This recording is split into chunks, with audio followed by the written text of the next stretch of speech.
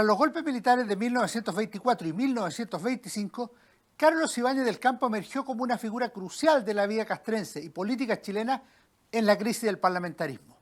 Con el paso del tiempo y ya bajo la vigencia de la Constitución de 1925, Ibáñez pasó de ministro de Guerra bajo Arturo Alessandri a ministro del Interior durante el gobierno de Emiliano Figueroa Larraín. La crisis de esta administración lo llevó a la primera magistratura tras las elecciones de mayo de 1927, lo cual permitía por una parte sincerar las cosas y por otro lado mostraban la inviabilidad del desarrollo democrático normal como se suponía debía ocurrir a partir de la nueva institucionalidad. El tema de fondo es que Ibáñez se había convertido en el hombre indispensable del proceso político chileno, que comenzó con el ruido de sables en septiembre de 1924, con un crecimiento inexorable hacia la cima de la política nacional, como ha mostrado el excelente estudio de Enrique Bram. En la práctica, el propio León de Tarapacá había dejado 2 veces el gobierno. Cambiaban las cabezas del Poder Ejecutivo, pero el coronel seguía adelante. La crisis de 1927 determinó la salida del presidente Figueroa Larraín y la consolidación del liderazgo ibañista. En su mensaje al Congreso Pleno del 21 de mayo de ese año, Carlos Ibáñez del Campo hizo una reflexión que constituía un verdadero programa. Si intenciones aviesas pretendieran perturbar la obra honrada de un gobierno cuya finalidad suprema y única es el bien de la patria, señaló Ibáñez, no omitiré sacrificios propios ni ajenos para guiar al país por la senda justa, para mantener el orden, aunque al término de mi periodo, en vez de poder declarar que me he ceñido estrictamente a las leyes, solo pudiera afirmar repitiendo la frase histórica, juro que he salvado a la República. ¿Qué había llevado Ibáñez a la primacía del poder político en Chile? Me parece que en su ascenso se conjugaron varios factores. Primero, en las filas castrenses existía un sentimiento de que no habría depuración política o administrativa bajo las formas tradicionales, que habían cambiado muy poco a pesar de la entrada en vigencia de la Carta de 1925. Segundo, los deseos o incluso la necesidad de un poder fuerte para llevar a cabo las reformas deseadas desde 1924, a lo que se sumaban los ejemplos italiano y español en esa misma década. Tercero, el liderazgo indiscutido de Ibáñez dentro de las Fuerzas Armadas, y especialmente en el Ejército, que él había depurado y el cual había recuperado el importante valor de la disciplina militar, decaída en medio de la politización de los últimos años. En la fronda aristocrática, Alberto Edwards, el intelectual más relevante que acompañó a Ibáñez, como ha destacado Mario Góngora, resume así la relevancia del coronel, ya presidente de la República. Por eso, en mi entender, el gran servicio que el actual presidente, es decir, Ibáñez, ha tenido la fortuna de prestar a la República es la reconstrucción radical del hecho de la autoridad. Sabemos que alguien gobierna el país y que éste le obedece. Ello es lo esencial. Como dice la Biblia, los demás nos será dado por añadidura. Hay quienes no saben todavía ver los peligros que hemos evitado, pero estos idealistas van siendo pocos, concluye el autor de la Fronda Aristocrática. Como es obvio, el presidente Ibáñez ejerció el poder con dureza y actuó con fuerza contra sus opositores, entre los que se encontraban figuras y partidos políticos, medios de prensa y el Congreso Nacional, así como intervino además el Poder Judicial, especialmente la Corte Suprema.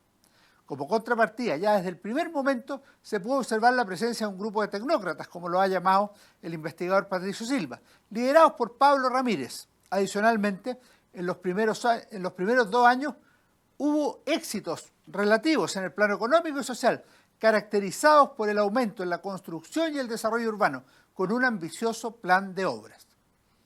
En cuanto al estilo del gobernante, Gonzalo Vial ha enfatizado distintos aspectos en el volumen 4 de su Historia de Chile, la dictadura de Ibáñez. En esta obra, el historiador señala que existió un marcado acento militar durante la administración ibañista. Adicionalmente, existió sin duda un sello nacionalista, caracterizado por la frase «hecho en Chile», que se agregaba en algunos productos. Por otra parte, existió un decidido énfasis moralizador, que ya había estado presente en el manifiesto del 11 de septiembre de 1924 y que reaparecería de diversas maneras incluso en la campaña presidencial de la Escoba, ya tardíamente en 1952. En el orden práctico, Ibáñez amplió el aparato estatal, a través de la creación de numerosas direcciones y superintendencias, la formación del estatuto administrativo y la creación de ministerios. También amplió el aparato estatal mediante el fomento de algunos rubros, la intervención de algunas empresas como el Diario de la Nación, expropiada, a Eleodoro Yáñez Ponce de León, o la creación de otras como la Línea Aérea Nacional. En la práctica definió lo que sería el Estado en Chile durante gran parte del siglo XX. No obstante, como sabemos, el gobierno de Carlos Ibáñez no se extendió hasta 1933, como debía ser originalmente de acuerdo con los plazos constitucionales, pues los periodos presidenciales eran de 6 años. El mundo estaba convulsionado, literalmente, producto de la crisis económica de 1929, que está afectando a numerosos gobernantes en distintos continentes, incluso en la vieja Europa. En el caso del gobierno del propio Ibáñez, se sumaron varios aspectos a sus debilidades políticas y a la crisis terminal de su administración. En primer lugar, parece claro que fue incapaz de contar con un apoyo cívico que sostuviera el liderazgo presidencial. En segundo término, Ibáñez no pudo definir un régimen de gobierno al margen de los partidos políticos, como lo prueba, por ejemplo, la organización del Congreso Termal. En tercer lugar, la oposición fue muy activa. Los exiliados se reunían en forma permanente, siempre con la intención de finalizar anticipadamente la dictadura, como le llamaban, y según veremos en un momento. Finalmente, el factor fundamental fue el desarrollo de movimientos y paros estudiantiles y gremiales en 1931, que terminaría siendo el año decisivo para Ibáñez, a esa altura incapaz de controlar el orden público, algo sumamente contradictorio con lo que se suponía era una de sus fortalezas. En una de esas protestas, la muerte de un manifestante, el joven Jaime Pinto, cuyos funerales serían el 25 de julio, provocó una ola de indignación y las cosas se complicaron para Ibáñez, que comenzó a pensar en la renuncia. Ya no bastaba una solución cualquiera, ni siquiera un cambio de gabinete. Dimitir era el camino y ello se verificaría el 26 de julio de 1931. ¿Por qué cayó Ibáñez? En entrevista a Luis Correa Prieto, publicada posteriormente en el libro El presidente Ibáñez, el gobernante explicó 4 razones. Primero, porque los grupos tradicionales no se conformaron jamás con perder su influencia. Segundo, por los efectos de la crisis económica, una catástrofe financiera mundial que provocó el más profundo desequilibrio que conocieron los pueblos. Esta situación, dice el exgobernante, fue bien aprovechada por mis enemigos.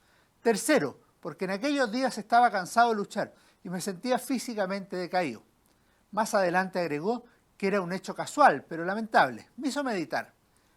Puede usted tener la seguridad, le señalaba Correa Prieto, que si me hubiera sentido sano, no hubiera ocurrido lo del 26 de julio.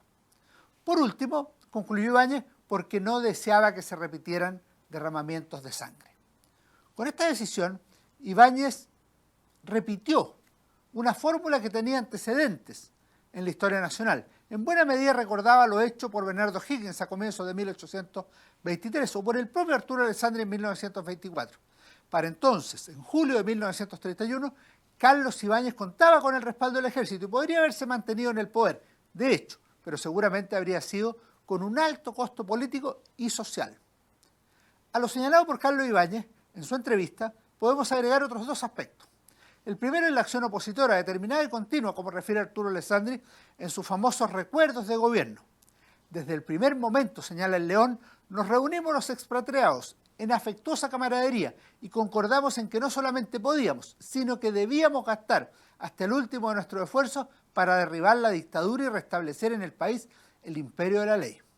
El trabajo se concentraba en 4 aspectos: escribir en la prensa, reunirse, recabar informaciones y desarrollar contactos en Chile. Por último, hay un factor crucial. Si la crisis del parlamentarismo, que se expresó durante la primera administración del León de Tarapacá y tuvo un momento culminante con el ruido de sable de septiembre de 1924, había llevado a demandar una autoridad fuerte, que Ibáñez representó muy bien, la crisis económica de 1929 y los problemas sobrevinientes revirtieron la situación. Por lo mismo, desde entonces fue cada vez mayor el deseo de libertades públicas. La democracia y el régimen constitucional pasaron a ser aspiraciones importantes, en tanto el gobierno fuerte quedaba en la historia como es propio de las veleidades políticas y sociales, así como el cambio en las coyunturas y en las prioridades de los pueblos. Con todo, la historia culminaría con 2 paradojas. La primera es que tras la caída de Ibáñez no volvió la democracia como se esperaba, sino que existió un año y medio de anarquía, ensayos de organización y rebeliones civiles y militares, gobiernos de facto y un régimen constitucional que no tendría vigencia. La segunda, como una especie de reivindicación tardía, fue el regreso del propio Carlos Ibáñez del Campo a la Moneda en 1952, por medio de elecciones abiertas y de acuerdo con la Constitución Política de la República, en otra clara manifestación de la vitalidad y las contradicciones de la historia. Que estén muy bien. Nos vemos en un próximo capítulo.